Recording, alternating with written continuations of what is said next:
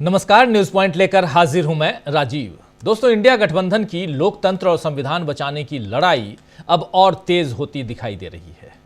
एक तरफ महाराष्ट्र में ईवीएम हटाने का आंदोलन जोर पकड़ रहा है, आप जान रहे हैं, तो दूसरी तरफ इंडिया ब्लॉक अब आने वाले विधानसभा चुनाव की तैयारियों में जुट गया है।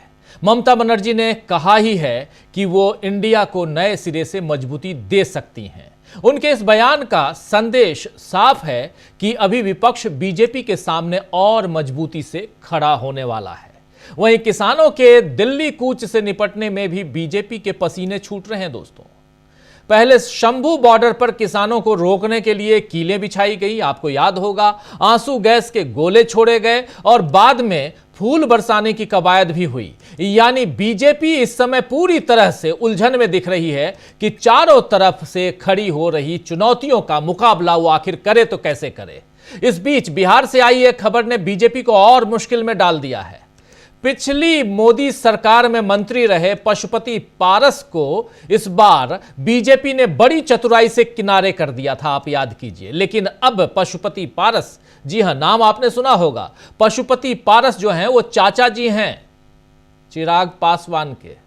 तो पशुपति पारस ने ऐलान कर दिया है कि हमारी पार्टी सभी 243 सीटों पर बिहार में चुनाव लड़ेगी। आने वाले विधानसभा चुनाव में 2025 में जो विधानसभा चुनाव होने हैं, उनका कहना है कि हमारे कार्यकर्ता सभी बूथों पर चुनावी तैयारी में लगे हुए हैं, जुटे हुए हैं। उन्होंने ये भी कहा है कि अगर गठबंधन से समझौता होता है और उन्हें मनपसंद सीटें मिलती हैं तो वो सहयोगी दलों के साथ चुनाव लड़ने के लिए तैयार हैं। लेकिन अगर उनकी पार्टी को उचित सीटें नहीं दी जाती हैं तो वो अकेले चुनावी मैदान में उतरेंगे। यानी इशारा साफ है कि वो विद्रोह करेंगे और अपने उम्मीदवार को चुनावी मैदान में उतारेंगे। यानी बिहार में इस बार बिहार में चिराग पासवान और नीतीश कुमार दोनों के लिए दिक्कत है और इसके साथ ही बीजेपी को भी एनडीए संभालने की चुनौती है। लेकिन फिलहाल तो उसके सामने महाराष्ट्र संभालने की चुनौती है दोस्तों, जहां ईवीएम के खिलाफ आवाज तेज हो रही है। आज महाराष्ट्र के मालशिरस विधानसभा क्षेत्र के मरकरवाड़ी गांव में ईवीएम हटाने वाले आंदोलन का साथ देने के लिए खुद शरद पवार पहुंच गए। शरद पवार वहां पहुंचे और खबरें हैं कि शायद राहुल गांधी भी यहां पहुंचेंगे, आ सकते हैं कल परसों में। वहीं कल के शपथ ग्रहण के बहिष्कार के बाद आज महागठबंधन के विधायकों ने शपथ ले ली है। शरद गुट के विधायक रोहित पवार ने इस पर क्या कुछ कहा है, आइए जरा सुन लेते हैं, चर्चा आगे बढ़ाएंगे। बहुत कुछ है, इंडिया गठबंधन कैसे यहां बीजेपी को टेंशन दे रहा है वो समझेंगे। पहले सुनिए रोहित पवार को। विरोध किया, आज शपथ ली, कल वो सिंबॉलिक विरोध था और शपथ ली। अगर हम शपथ नहीं लेते तो लोगों का प्रश्न अधिवेशन में कैसे मांडते थे? तो अभी लोगों के हित में, महाराष्ट्र के हित में अगर विषय अधिवेशन में मांडना है तो हमको शपथ लेना बहुत इंपॉर्टेंट था। अगर हम नहीं लेते तो यहाँ पे जो मन में आते वो सत्ता वाले लोग करते, इसलिए उन पे कंट्रोल करने के लिए हमने वहाँ पे शपथ भी दी। राहुल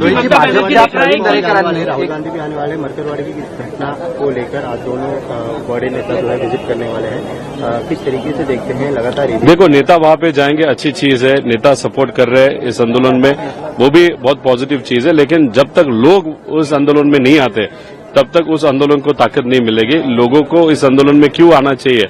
क्योंकि अगर हम शंका ले रहे हैं ईवीएम पे, दैट मीन्स हमारा विश्वास ईवीएम पे थोड़ा बहुत कम हुआ है। अगर लोकशाही या डेमोक्रेसी में विश्वास कम होता है तो वो डेमोक्रेसी के लिए अच्छी चीज नहीं है। तो लोगों के मन में शंका है तो इलेक्शन कमीशन ने वो शंका निकालनी चाहिए। और लोग अगर इस आंदोलन में नहीं आते और वो शंका इलेक्शन कमीशन अगर नहीं निकालते तो आगे जाने के बाद सिर्फ कॉन्ट्रैक्टर, बड़े बिजनेसमैन और नेताओं के बच्चे लोग यहाँ पे सिर्फ आमदार बन के आएंगे। लोगों का रिप्रेजेंटेशन करने वाले कोई भी हमको एमएलए की तरफ वहां पे दिखेंगे नहीं। इसलिए अगर देश बचाना है या राज्य बचाना है तो यहाँ पे जो डेमोक्रेसी पे डाउट लिया जा रहा है आज, वो डाउट निकालना चाहिए। वो इलेक्शन कमीशन ने भी पूरा कर लेना चाहिए। तुम्ही पहिला आमदार तो रोहित पवार आप जानते हैं ये चुनाव लड़े थे और सीधी टक्कर दी थी इन्होंने अजीत पवार को, अपने चाचा को। ये डेमोक्रेसी कैसे बचाई जा सकती है योगेंद्र पवार ने दी थी, माफी चाहूंगा, बहुत महत्वपूर्ण बात यहां पे। लेकिन रोहित पवार कह रहे हैं, महाराष्ट्र कांग्रेस अध्यक्ष नाना पटोले ने भी आज ईवीएम के विरोध में उठ रही आवाजों को सुनने का आह्वान सरकार से किया है। नाना पटोले ने क्या कुछ कहा है, आइए जरा सुन लेते हैं। उसको कसा जा रहा है, तंज कसा जा रहा है उस पर कि केवल मीडिया में रहने के लिए इस तरीके की घटना विरोधों को। देखो, हम मीडिया में रहने के लिए नहीं, हमने कल ही खुलासा किया था कि जनता की भावनाओं को हमने रखा है। महाराष्ट्र की जनता को आज भी लगती कि ये जो सरकार अभी बनी है, ये सरकार हमारे वोटों से नहीं बनी है, ये महाराष्ट्र की जनता की भावना है। अपोजिशन आज कुछ भी बोल रहे हैं, जो सत्ता में बैठे लोग हैं, सत्ता का मस्ती तो आया है, उनको लोकतंत्र का लेना देना नहीं है। और सबसे बड़ा तो आपने उनका जो वोट सेरेमनी हुई है मुख्यमंत्री की, तो उसमें गवर्नर का सबसे बड़ा रोल होता है। तो उनके बीजेपी के पार्टी का था वो प्रोग्राम, राज्याभिषेक था, वोट का कार्यक्रम नहीं था। तो क्या लोकतंत्र को ये लोग एक्सेप्ट करते हैं? क्यों उसके बारे में बात नहीं करते? तो मेरा कहना है कि राज्य की जनता की भावना है कि ये हमारे वोटों से सरकार नहीं आई है, वो गांव-गांव में ठहराव ले रहे हैं, माकपोल ले रहे हैं, उनकी भावनाओं को हमने रखा है। तो बीजेपी को हमारे पे तंज कसने का कोई अधिकार नहीं है, या जो सत्ता में बैठे हैं उनको तो जनता को जवाब देना है। जो सत्ता में बैठे हैं वो ये कहते हैं कि हम किसानों के हित के फैसले लेते हैं, दूसरी तरफ लातूर। और इसलिए तो सबसे ज्यादा सुसाइड किसानों की हुई है महाराष्ट्र में, इनके सरकार में सबसे ज्यादा आत्महत्या हुई है। इसलिए तो इन लोगों ने किसानों के लिए अच्छा काम किया है। 103 किसानों को वक्फ बोर्ड की नोटिस दी गई है और जमीन खाली करने की बात की गई है। किस तरीके से देखते हैं इस घटना को? वो डिटेल मेरे पास नहीं है, डिटेल रहे तो हम उसके ऊपर बात कर सकते हैं। ममता बनर्जी ने कहा है कि महाविकास आघाड़ी के नेतृत्व करने को वो तैयार है। उसको लेकर भी कई सवाल खड़े किए जा रहे हैं। महाविकास आघाड़ी के पास कई चेहरे हैं, लेकिन कोई अब तक ठीक से नेतृत्व नहीं कर पा रहा है। राहुल गांधी पर भी सवाल। मेरा ये कहना है, ये दिल्ली लेवल की बात है, ये राज्य लेवल की बात नहीं है। दिल्ली पे इस पर चर्चा होगी। तो महाराष्ट्र के प्रदेश कांग्रेस अध्यक्ष यानी नाना पटोले जो बात यहां रख रहे थे, उनसे तमाम सवालों का जवाब मांगा गया और अपने वो जवाब दे रहे थे। आपने सुन लिया, देख लिया। आपको याद होगा कि कुछ दिनों पहले पुणे में बाबा आढब ने जो ईवीएम हटाने का आंदोलन चलाया था, उसमें भी साथ देने के लिए शरद पवार और उद्धव ठाकरे पहुंचे थे। और अब मरकरवाड़ी से लोकतंत्र बचाने की आवाज बुलंद हो रही है। शरद पवार ने आज मरकरवाड़ी में एक अहम सवाल किया है कि जब पूरी दुनिया में, जी हां, जब पूरी दुनिया में ईवीएम का इस्तेमाल बंद हो रहा है तो आप उसे क्यों नहीं बंद कर देते? यह सवाल सीधे नरेंद्र मोदी और उनकी पार्टी और सत्तारूढ़ दल से शरद पवार ने आज किया है। दिल्ली में बैठे लोग शरद पवार के इस सवाल का जवाब देंगे या नहीं देंगे ये तो पता नहीं, लेकिन इतना जरूर है कि महाराष्ट्र से खड़ा हो रहा यह नया आंदोलन आने वाले वक्त में बीजेपी की टेंशन बढ़ा सकता है। इस समय वैसे ही इंडिया गठबंधन के कारण बीजेपी की टेंशन बढ़ी हुई है। दरअसल कुछ दिनों पहले ममता बनर्जी ने कहा था कि वो इंडिया का नेतृत्व अच्छे से कर सकती हैं और कांग्रेस को इंडिया को मजबूत करने के लिए सोचना चाहिए। बीजेपी खासकर ममता बनर्जी के इस बयान से खुश हो रही थी कि आखिरकार इंडिया ब्लॉक में फूट पड़ रही है।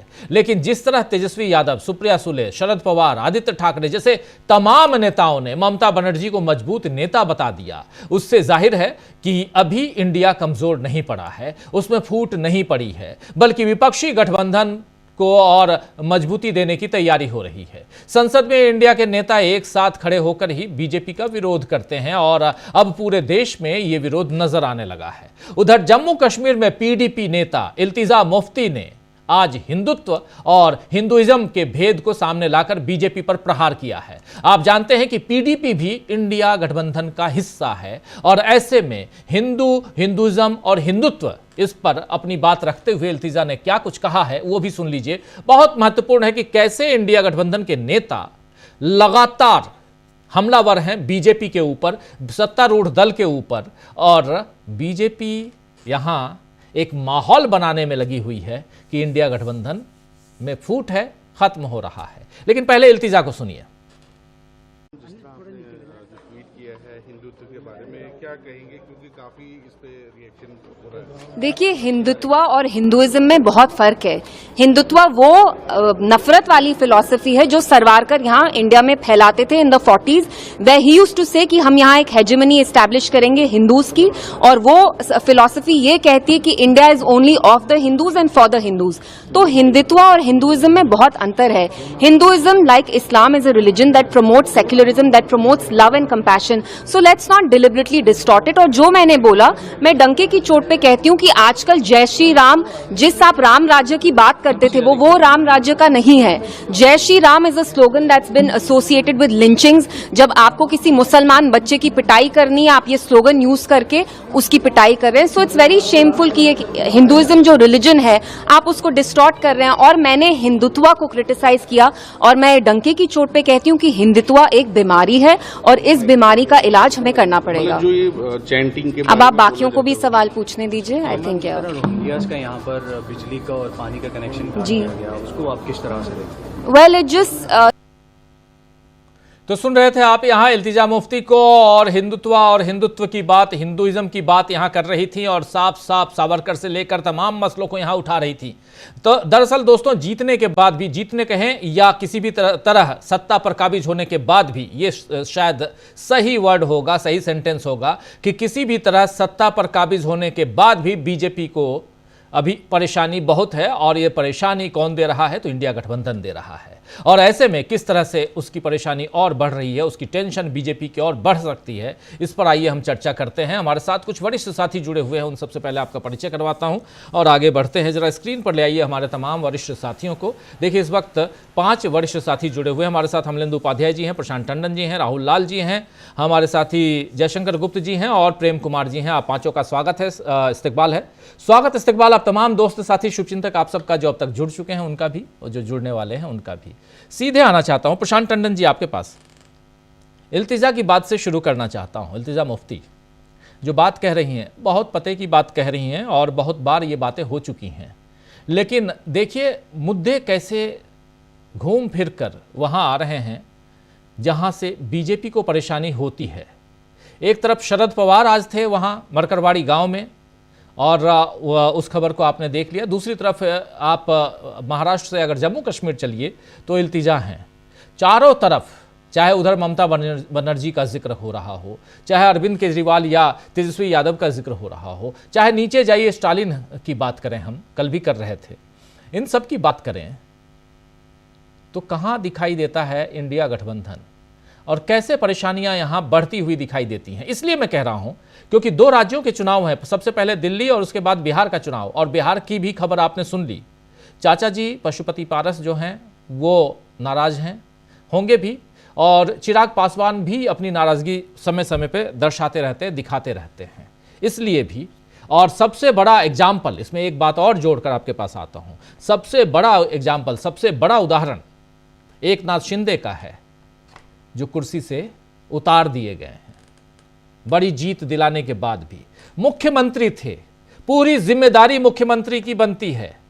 जीत अगर आई तो उनकी झोली में और गई तो उनकी झोली में। अगर आज महाविकास अघाड़ी की जीत होती और महायुति की हार होती तो क्या नरेंद्र मोदी या बीजेपी भले नंबर 1 पार्टी बन के रह जाते, तब भी अगर वहां तक नहीं पहुंचते तो क्या ये सेहरा जो है उनके सिर पर, ये कांटों भरा ताज, उस समय ताज तो नहीं था लेकिन आता क्या उनके सिर पर, सवाल है। इसलिए यहां से नीतीश बाबू तक बहुत कुछ दिखाई देता है। जरा बात कर रहे एकनाथ शिंदे की, आखिर में आपने उनकी बात रखी है जी। बीजेपी ने बहुत साफ साफ कह दिया है कि उनको गृह मंत्रालय नहीं दिया जाएगा। वो जो गांव चले गए थे, अपने बीमार हो गए थे, फिर ये सस्पेंस हुआ कि शपथ लेंगे कि नहीं लेंगे उप मुख्यमंत्री की, ये सारा जो ड्रामा था वो गृह मंत्रालय लेने के लिए दबाव की राजनीति थी। और बीजेपी ने बहुत साफ तरीके से कह दिया है, देवेंद्र फडणवीस ने कह दिया है खुद कि गृह मंत्रालय हम उनको नहीं देंगे, तो उनको छोटी कुर्सी से संतोष करना पड़ेगा। दूसरी तरफ अजीत पवार को वित्त मंत्रालय और प्लानिंग मिलेगा जो उनके पास पहले था। तो डिप्टी सीएम रहते हुए देवेंद्र फडणवीस गृह मंत्रालय था और अभी मिलेगा। उनको जो ऑफर किया जा रहा है वो रेवेन्यू मिनिस्ट्री। रेवेन्यू मिनिस्ट्री कोई नीतियां नहीं लागू करता है, नीतियां तो वित्त मंत्रालय लागू करता है। जी। तो एक नाथ शिंदे का तो ये कि छोटी कुर्सी उनकी जो है वो आधिकारिक धीमे धीमे हो रही है।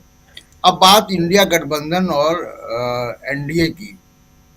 देखिए, इंडिया गठबंधन में जो पार्टियां हैं वो वैचारिक रूप से एक हैं, भले ही उसमें कुछ सीटों का तालमेल में कुछ बातें सुनाई दें, कुछ और बातें सुनाई दें, लेकिन क्या आपको कभी इंडिया गठबंधन के पार्टनर्स में बड़े स्तर पे मूल बातों पे वैचारिक मतभेद सुनाई दिया है? नहीं सुनाई दिया। ममता बनर्जी भी सेकुलर पॉलिटिक्स और इंक्लूसिव पॉलिटिक्स के लिए माने जाती हैं, उद्धव ठाकरे भी वही हैं, वही स्टालिन है, वही तेजस्वी यादव हैं, वही अखिलेश यादव हैं। अरविंद केजरीवाल भी बहुत मुखर नहीं है, लेकिन है तो वो बीजेपी के साथ तो बिल्कुल नहीं है वैचारिक रूप से। तो वैचारिक रूप से एकता तो देखिए इंडिया गठबंधन में है। क्या ये बात कोई एनडीए के लिए कह सकता है कि चंद्रबाबू नायडू, नीतीश कुमार उसी वैचारिक प्लेटफॉर्म के हैं जिस वैचारिक प्लेटफॉर्म की बीजेपी है? तो मूल बात तो यहाँ पे वैचारिक है। बाकी जो एकता दिखाई देती है वो सत्ता की एकता है। कल बीजेपी सत्ता में नहीं रहेगी, वो जो सत्ता में आएगा उसके साथ चले जाएंगे। क्या मणिपुर के मामले पे एनडीए की घटक दल की वही विचारधारा है जो बीजेपी की है? क्या मुसलमानों के बारे में यही विचारधारा है जो चंद्रबाबू नायडू की और नीतीश कुमार की जो बीजेपी की है? क्या संभल के मामले पे या अजमेर शरीफ के मामले में वो वैसे ही सोच रहे हैं जैसा बीजेपी सोचती है? तो एनडीए में दरार एनडीए में है। जो एकता है वो केवल कुर्सी की एकता है जी। मूल फर्क ये है, जबकि इंडिया गठबंधन में आपको वैचारिक एकता दिखाई देगी। एक बात। दूसरी बात देखिए, जो दिल्ली का मामला है, जो अभी इल्तिजा मुफ्ती बात कर रही थी, हिंदुत्व और हिंदुइज्म वाला, आपको ये बात अगले कुछ दिनों में अरविंद केजरीवाल करते हुए दिखाई देंगे, क्योंकि नफरत का सारा कारखाना अब दिल्ली आने वाला है जी। यहीं पे सड़कों पे अब नफरत फैलाई जाएगी दिल्ली में। पूरी फैक्ट्री उठा के लाने वाले हैं पूरी फैक्ट्री आने वाली है जी। पूरी नफरत का कारखाना अब दिल्ली में खुलने वाली, नफरत की दुकान जी। यहीं पे सब कुछ झंडे, बैनर, नारे, लिंचिंग, मारपीटें मुस्लिम इलाकों में, ये सब कुछ अभी होना शुरू हो जाएगा और ध्रुवीकरण की कोशिश की जाएगी। अभी दिल्ली की जनता को तय करना है कि उनको क्या करना है। उनको अपनी बेसिक एमिनिटीज जो है वो लेते रहनी है या नफरत पे वोट देना, ये दिल्ली की जनता तय करेगी। लेकिन अरविंद केजरीवाल को इस नफरत से मुकाबला करना पड़ेगा और वही भाषा बोलनी पड़ेगी जो इल्तिजा मुफ्ती बोल रही हैं। अगले कुछ दिनों में ये होता हुआ देखेंगे जी राजीव जी। बिल्कुल बिल्कुल, आप सही कह रहे हैं। अगले कुछ दिनों में बहुत कुछ हम देखने वाले हैं। इंडिया गठबंधन कैसे चुनौतियां पेश कर रहा है? क्या इंडिया गठबंधन बिखर गया है? क्या इंडिया गठबंधन में फूट है, या इंडिया गठबंधन यहां बहुत संजीदगी के साथ चुनौतियां पेश कर रहा है? जरा आना चाहता हूं प्रेम कुमार जी आपके पास, कैसे देखते हैं आप? जी शुक्रिया राजीव जी।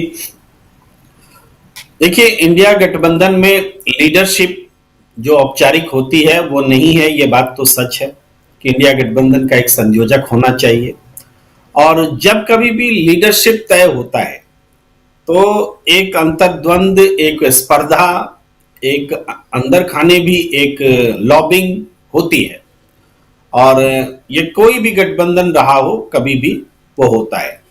तो इस बात को तो नकारा नहीं जा सकता कि इंडिया गठबंधन के लीडरशिप को लेकर के ममता बनर्जी ने जो अपने नाम का प्रस्ताव दिया है और उनका समर्थन सुप्रिया सुले जी ने किया, या फिर समाजवादी पार्टी के राम गोपाल यादव जी का जो टोन बदला हुआ है और वो जिस भाषा में बात कर रहे हैं, तो वो इंडिया गठबंधन के भीतर एक कांग्रेस के समांतर एक ग्रुप दिख रहा है जो लीडरशिप के लिए कांग्रेस के लिए चुनौती बने। इस बात को मैं तो कम से कम मानता हूं कि ये चीजें चल रही हैं। लेकिन क्या इंडिया गठबंधन इन कारणों से टूट रहा है या टूटने वाला है?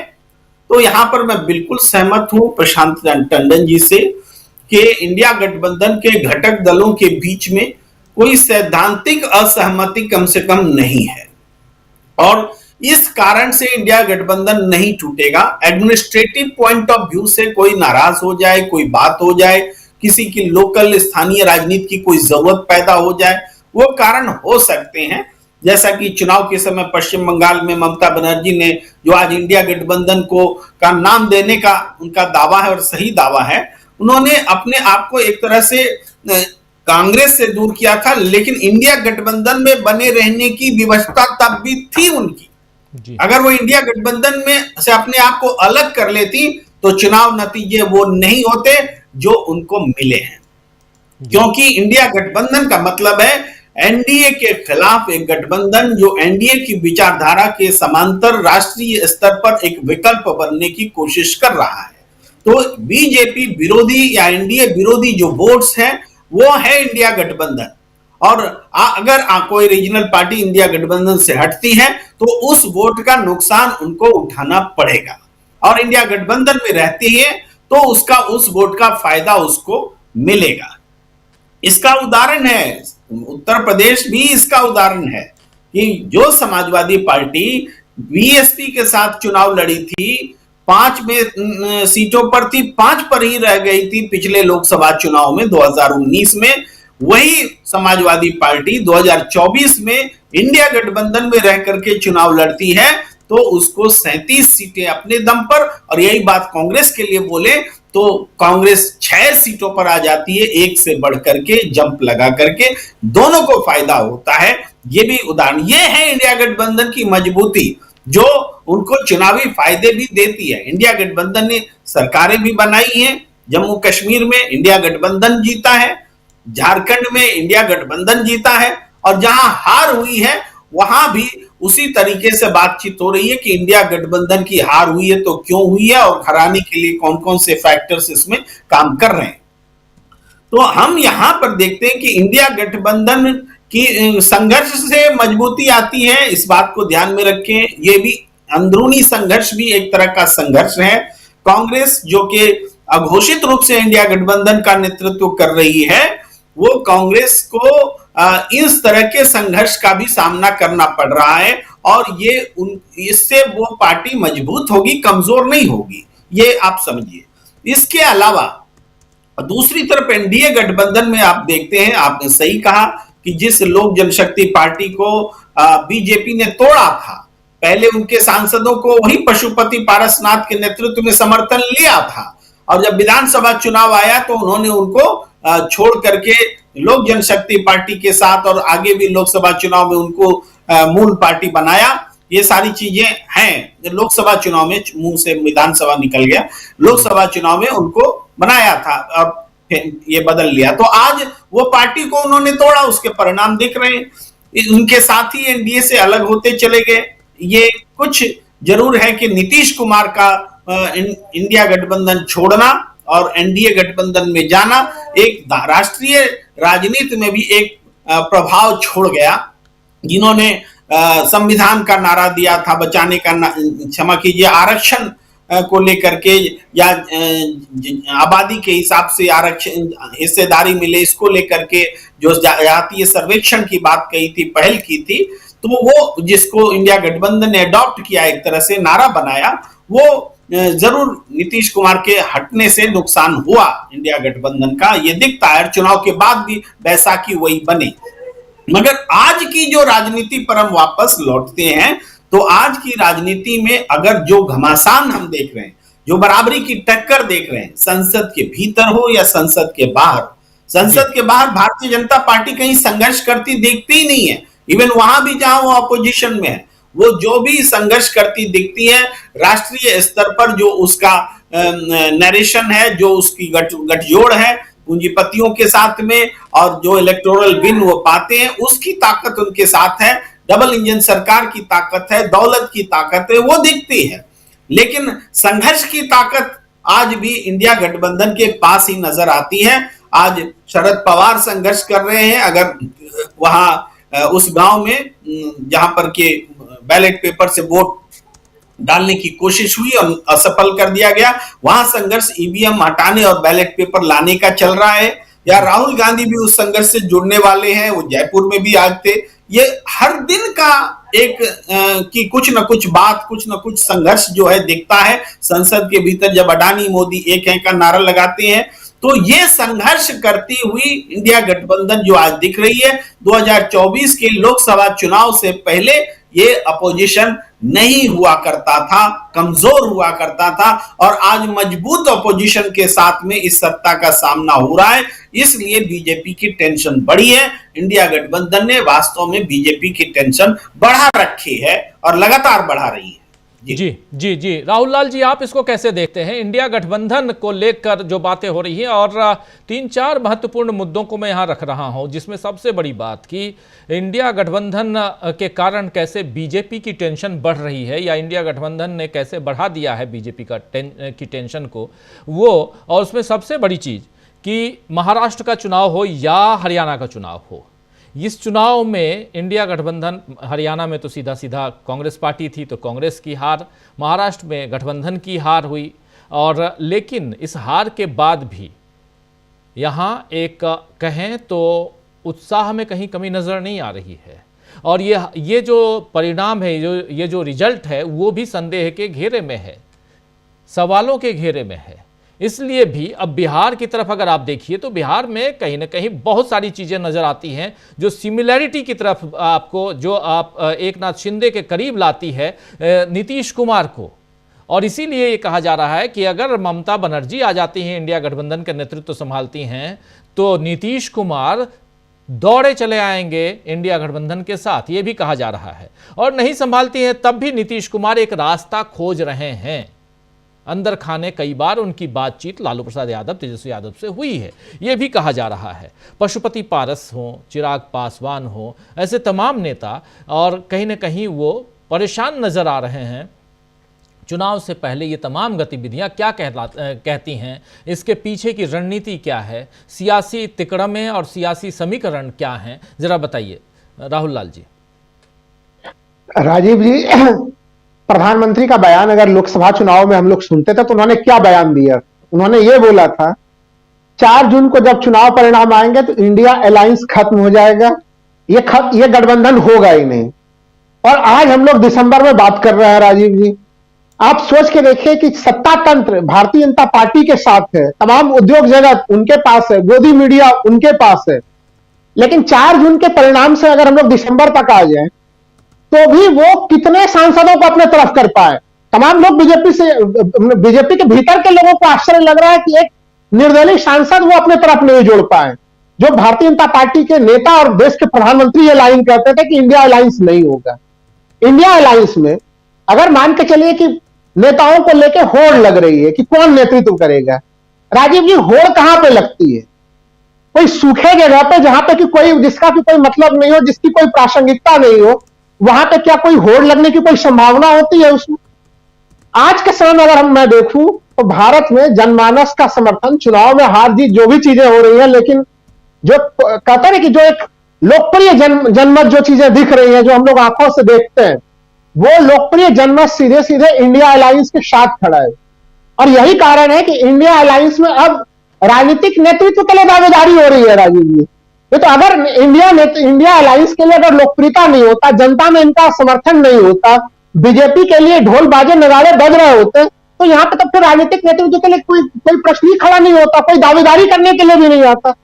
तो ये भारतीय जनता पार्टी के लिए एक टेंशन की बात है कि कहीं कहीं इंडिया अलायंस है और डंके के चोट पे काफी मजबूती से कायम है, नंबर 1।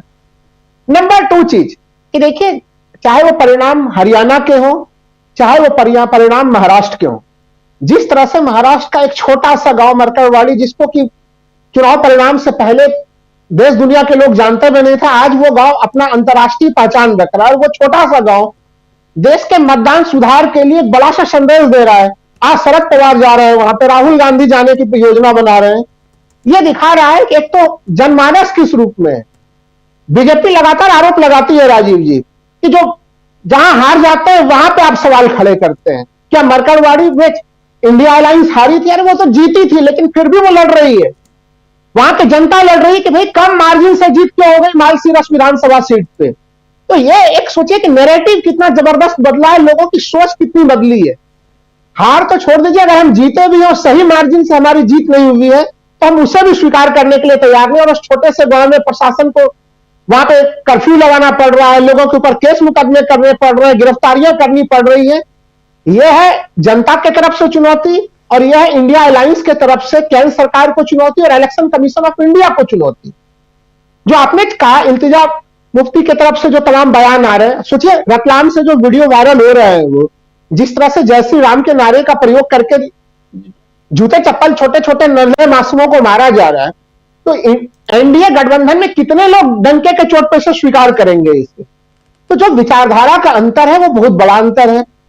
जो पार्टी कहती कि 10% मुस्लिम आरक्षण होना चाहिए, तो चंद्रबाबू नायडू क्या वो ऐसे वीडियो का समर्थन कर सकेंगे? तो ये एक बड़ी स्पष्ट रूपरेखा बनी हुई है कि भारतीय जनता पार्टी एनडीए को जिस तरह से और जिस हिसाब से चलाना चाह रही है, उसमें संकट कई सारे हैं। जो वर्तमान में उनके घटक दल है, उनके लिए भी संकट की स्थिति बनी हुई है कि सत्ता का लालच है राजीव जी, लेकिन उस सत्ता के लालच के बावजूद वो कहां तक जो कंप्रोमाइज कर सकेंगे, किस हद तक वो कंप्रोमाइज करेंगे। अभी एकनाथ शिंदे का प्रकरण देखा हम लोगों ने, केवल 1 टाइम पासवर्ड बना के छोड़ दिया गया उनको। अरे चलिए मुख्यमंत्री नहीं बनाया, उप मुख्यमंत्री बनाया, गृह विभाग दे ही देते, गृह विभाग भी देने के लिए तैयार नहीं है। तो क्या नीतीश कुमार बिहार में इस राजनीति को नहीं समझ रहे हैं, भारतीय जनता पार्टी की राजनीति को? देखिए महाराष्ट्र में तो बड़े पैमाने पर यह प्रयोग बाद में हुए राजीव जी, सहयोगी दलों को खत्म करने की, लेकिन बिहार में वो प्रयोग 2020 के विधानसभा चुनाव में ही हम लोगों ने देख लिया था कि किस तरह से भारतीय जनता पार्टी ने चिराग पासवान का प्रयोग किया था और नीतीश कुमार के कद को छोटा कर दिया। तो नीतीश कुमार इस चीज को जान रहे हैं कि उनकी राजनीति को खत्म करने के लिए भारतीय जनता पार्टी किस प्रकार की साजिश करेगी, और वो साजिश का पूरा एक मॉडल जो है एकनाथ शिंदे का मॉडल दिख रहा है।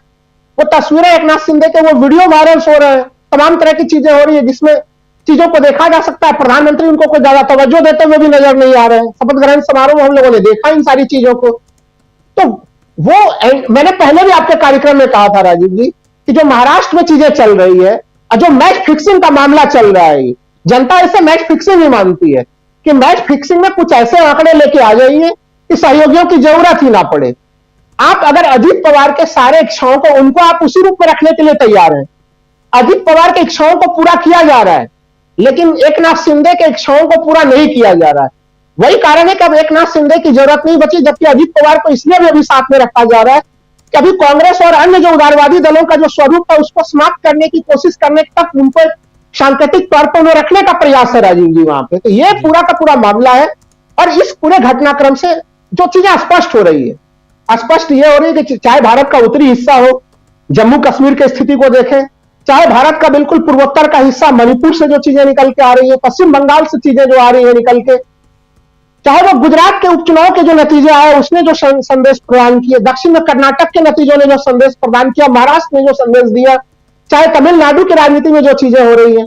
अजीत पवार के 1000 करोड़ के संपत्ति को जिस तरह से अचानक से इनकम टैक्स के ट्रिब्यूनल ने उनको हरी झंडी दे दी, आप उप मुख्यमंत्री बन जाइए, तमाम तरह की चीजें हो जा रही है। तो ये जनता को भी ये चीजें दिख रही है राजीव जी कि वो वॉशिंग मशीन का कॉन्सेप्ट जिसको लग रहा था कि क्या वो केवल राजनीतिक वार्तालाप की शब्दावली है, वो चीजें दिख रही है। जबकि मध्य प्रदेश के भोपाल में प्रधानमंत्री का वो बयान भी, देवेंद्र फडणवीस के चक्की पिसिंग घिसिंग के बयान भी है, तो विरोधाभासों का पूरा बयान है। जनता बहुत बारीकी से देख रही है, और यही कारण है कि आज पॉपुलर जनमत, जो पॉपुलर लोकप्रियता है, लोकप्रिय लोकप्रियता है, वो एनडीए गठबंधन के साथ नहीं है, और इंडिया अलायंस काफी गंभीरता के साथ ईवीएम के मामले को, चुनाव सुधार के मामले को उठा रही है, और उसको जितना मजबूती से उठाएगी जनता उसमें साथ देने के लिए आएगी राजीव जी।